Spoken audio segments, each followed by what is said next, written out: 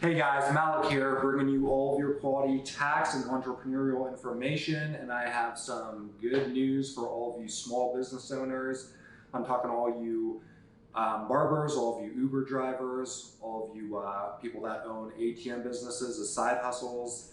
But basically, the good news is that the SBA has began accepting new applications for the EIDL advanced loan of up to $10,000, which is technically considered a grant, not a loan, and it doesn't have to be paid back. And the way it works is for that advance of up to $10,000, basically you get $1,000 per employee working at your small business. If you're an independent contractor and you have no employees, you would just get the $1,000 for yourself. And again, it does not need to be paid back. So the reason it's great news is because they actually had this through the SBA website. They were offering this grant/loan, and it lasted for maybe like a few weeks, a month tops, and then they weren't accepting any more applications, and they just recently started accepting new applications again. So what I'm gonna do in this video is make it super easy for you guys. I'm gonna literally get onto the site and I'm gonna go through the whole application process. It takes about 5 minutes, and that way you guys could get a quick $1,000 deposited into your account. So what you're going to want to do first is go to sba.gov, and from there you're going to want to click this Learn More box. Okay. Now if we scroll down from there, you'll see right here is where you could click to take you to the application where you can start filling it out. But before we go there, I just want to show you guys something real quick. So to learn more about the relief options available for your business, click here. If you scroll down, you'll see the EIDL loan advance, and then also to the left is the payroll protection program. So you guys don't get confused, because these are two of the most popular ones that you've probably heard about. If you have a small business, you may have already applied for the PPP or the EIDL loan. But the EIDL loan, up to a certain amount, up to $10,000, is considered a grant, not a loan. It doesn't have to be paid back, and there's no loan application that you're filling out. Versus the payroll protection program, which is for businesses that might have wages, but the payroll protection program was mainly to help small businesses pay their operating costs, such as payroll expense, rent, utilities, etc. And this was a loan. It's considered a loan that has to be paid back at a 1% interest. But if you meet certain criteria with how you use the money that you received from the loan, you could actually get the loan forgiven. So again, I think it was if you use up to 75% of the loan for payroll and for wages, and up to 25% for other operating costs, that you could get the loan forgiven. But again, this is applied through a bank or through a fintech company like Square, and that's how you get the PPP loan, and it is a loan. Versus the EIDL, which is a grant up to $10,000, and again, anything above that would be considered the loan that you have to pay back, and there's no forgiveness with that if you take anything more than the grant portion or the loan advance portion. So if we click in here, it gets into a little bit more detail. So let's read this together real quick. In response to the coronavirus COVID-19 pandemic, small business owners in all United States, Washington, D.C., and territories are able to apply for an economic injury disaster loan advance of up to $10,000. This advance is designed to provide economic relief to businesses that are currently experiencing a temporary loss of revenue. This loan advance will not have to be repaid, so that's key right there. Recipients do not have to be approved for a loan in order to receive the advance, like I was explaining earlier, versus the EIDL versus the PPP. With the PPP, you have to get approved for the loan. But the amount of the loan advance will be deducted from total loan eligibility. So again, as I was explaining, up to $10,000 is considered a grant. You could technically get approved for more. Say you get approved for $50,000. All this is saying right here is if $1,000 of it was considered a grant and you got approved for $50,000, the loan amount would be $49,000 that you'd have to pay back if you decided to take it and accept it. and then $1,000 is just the grant. So that's all that last part was saying. SBA will be accepting new economic injury disaster loan, EIDL, and EIDL advance applications on June 15th. So that's what I was saying was the good news. As of June 15th, so just recently, they started taking in new applications. Now, this was something that was offered earlier on when the quarantine started and the COVID-19 pandemic started, where they offered this EIDL, but I think it lasted like 2 weeks, maybe a month at most, where they stopped taking on applications, and they basically ran out of funding with this. So this just opened up on June 15th, where they're taking in new applications. So again, I'm going to really quick take you through the application process to help you guys get that $1,000 of grant money that you don't have to pay back. So if we scroll down, we still have this link right here for the application. We're going to click on that and get started. So if you scroll down, this is just the eligibility verification before you could even move on in the application process.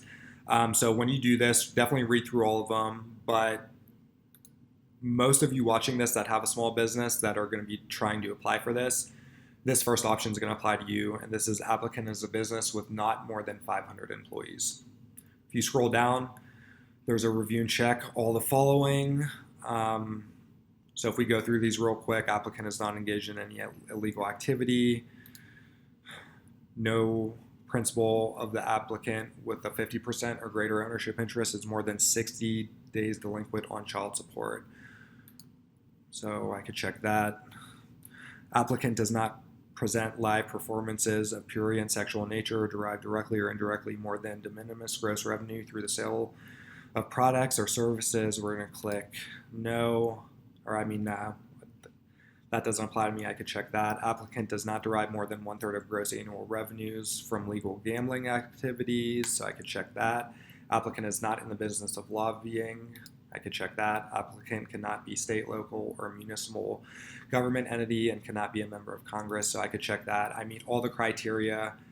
So you're going to want to go through these and check these accordingly. But to go on in the application, you're going to want to be able to check all these. So from there, we could continue on. And this is the business information section that we could start filling out. And I'm going to just put in fake information, obviously. So for business legal name, we'll go with XYZ LLC. Trade name or, DBA name, usually is going to be the same thing. So we'll go ahead and put XYZ LLC again for that. EIN or SSN, so employer identification number. If you applied for an EIN and if you set up through the state as an LLC, you'll have an EIN assigned to you, and that's what you would fill in. A lot of you, though, might not have one if you're an independent contractor or sole proprietor, and you could just use your social security number for that. So we'll just go ahead and put 1, 2, 3, 4, 5, 6, 7, 8, 9. Then organization type, it's a drop-down box. So for most of the viewers right now that have their own business, I'm assuming most of you are going to be independent contractors or sole proprietors. If you set up through the state as an LLC, a single member LLC, you could pick LLC, but you're going to probably pick one of these 3 options: limited liability company, sole proprietor, or independent contractor for all you barbers and Uber drivers. In my case with the ATMs, I set up through the state as an LLC, single member, so I'm going to enter it as a limited liability company. Then it's asking if applicant if the applicant is a non-profit organization or not-for-profit organization. So we're going to click no for that. I'm assuming most of you watching this, if you do have a small business, it's a for-profit. The next thing is the applicant a franchise? So we're going to put no. I'm assuming most of you know what a franchise is. McDonald's is a perfect example of what a franchise is.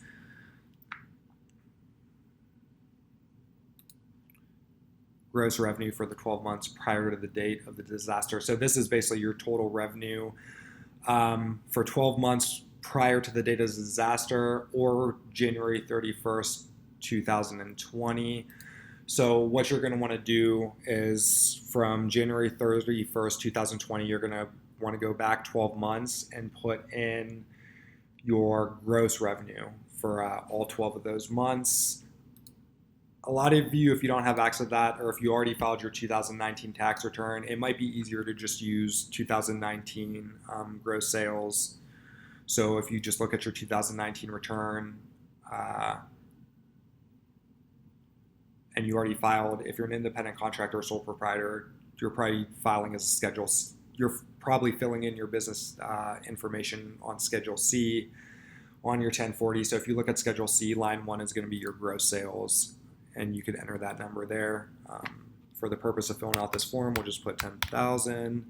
Scroll down to cost of goods sold. If your business has inventory or goods that you're selling, you might have a cost of goods sold number. In my case, we're going to put 0. For a lot of you, I'm sure it's going to be 0. Then you could read through the rest of these and see if any of these apply to you. Most likely they're not going to, and we don't got to fill these out, so we're going to scroll down.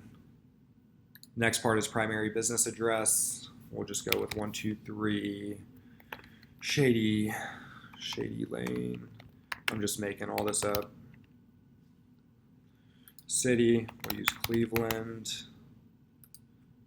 Ohio, represent. Zip code.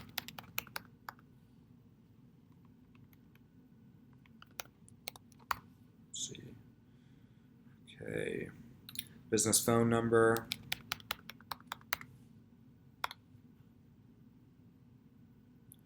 Business email.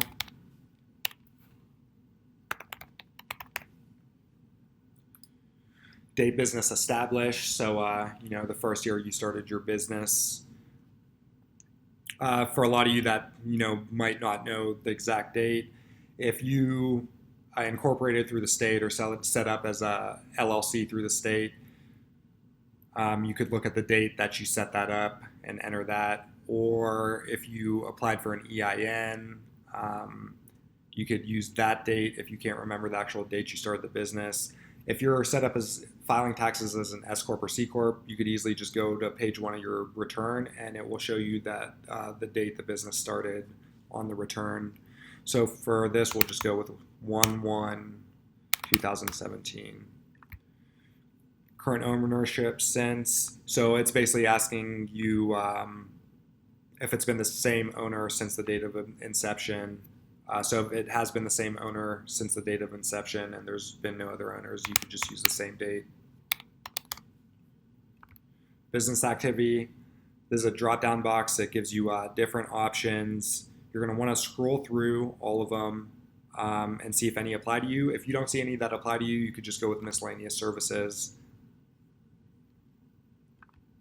Again, for detailed business activity, it's a drop-down box. There's only a few options. If none of these apply to you, you could just go with none of the below. Number of employees. So in my case, with the ATM business, I have no one on wages. It's just myself. I filed my taxes on Schedule C, so I would put 0.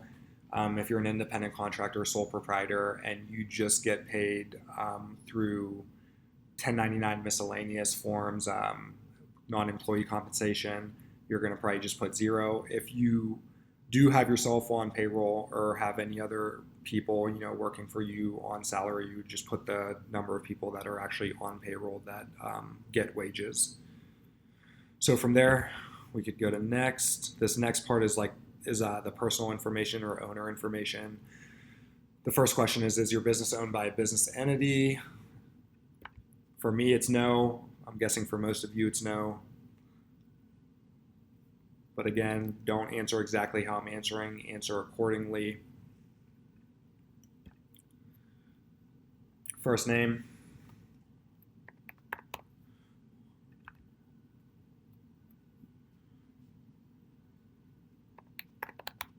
Go with John Johnson. Mobile number. Title. There's different options. We're just going to go with owner.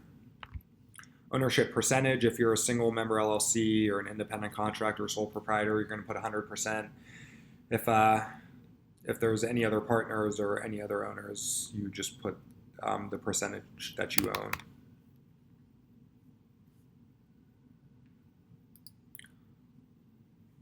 Email address.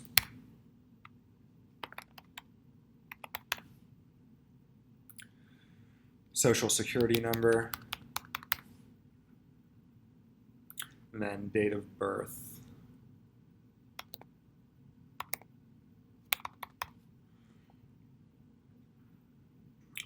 Place of birth, you don't have to fill this out. I'm assuming it's asking for city and state. So we'll just go ahead and put Cleveland, Ohio. U.S. citizen, yes. And then your home address.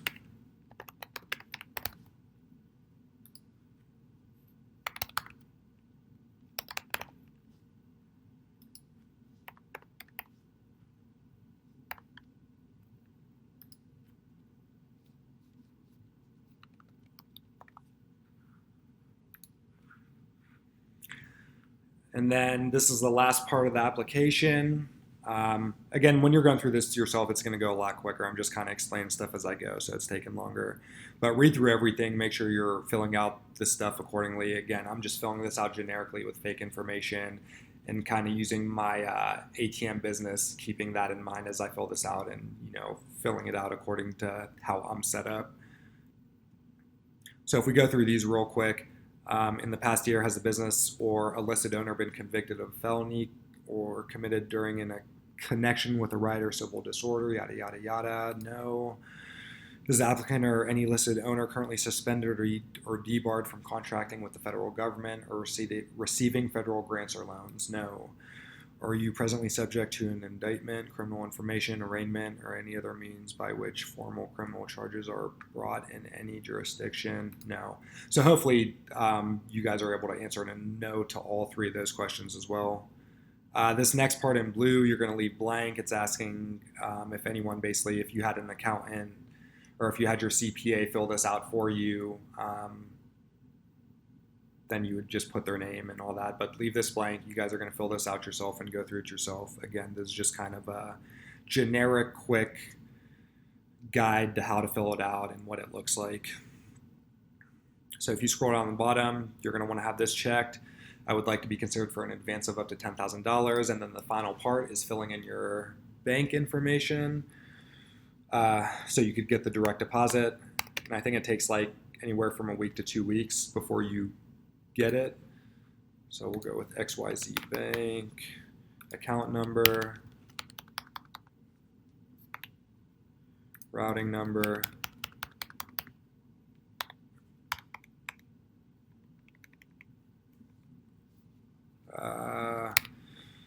it's not gonna give me the green on this because that's not an actual bank and that's not an actual routing number, but this is the end of the application anyway, so no big deal. You scroll to the bottom and it wants you to certify that all the information is correct. So obviously you're going to want to answer all this as honestly as possible and to the best of your knowledge. Then you could check that box. And from there you would hit next, and it basically just takes you to the summary page where you could review everything before you submit the application. Once you're done, you just go ahead and submit it, and it's that easy.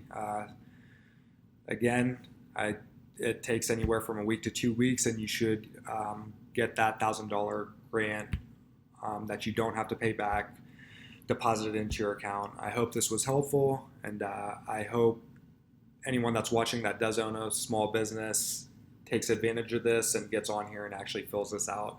Well, that was it, guys. I hope you enjoyed the video, and I encourage anyone watching this that's self-employed to get on the SBA website and fill out the application for the EIDL grant immediately before it's too late.